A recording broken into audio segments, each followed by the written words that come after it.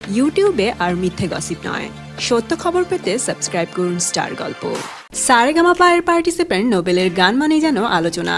তার গানের জোয়ারে দু বাংলার মানুষ যখন একসাথে ভাসছে, ঠিক তখনই আসলো নতুন সুখবর।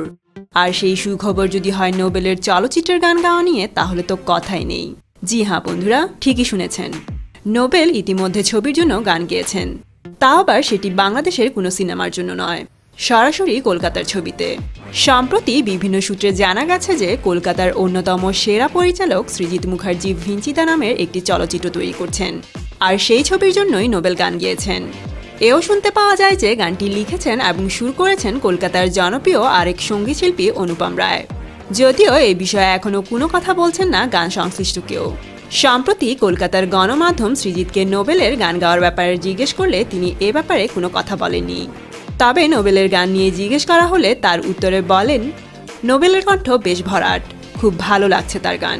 অন্যদিকে চলচ্চিত্রে গান গাওয়া নিয়ে নোবেলের সঙ্গে কথা বলতে গেলেও তিনি পুরো ব্যাপারটা এড়িয়ে যান। শুধু এতটুকু বলেন যে তিনি এখন কিছু জানাতে পারবেন না, সময় হলে সব জানিয়ে দেওয়া হবে।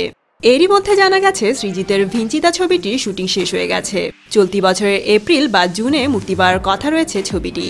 আর এই ছবিতে নোবেলের গানের চমকের ব্যাপারে জানা যাবে তখনই, যখন এই ছবির ট্রেলার বা গান বের হবে। তো বন্ধুরা, নোবেলের ছবিতে গান গাওয়ার ব্যাপার নিয়ে আপনি কতটা এক্সাইটেড, কমেন্ট করে জানিয়ে দিন। এমনই সব গসিপ পেতে বেল আইকনে ক্লিক করে স্টার গল্পের সাথেই থাকুন।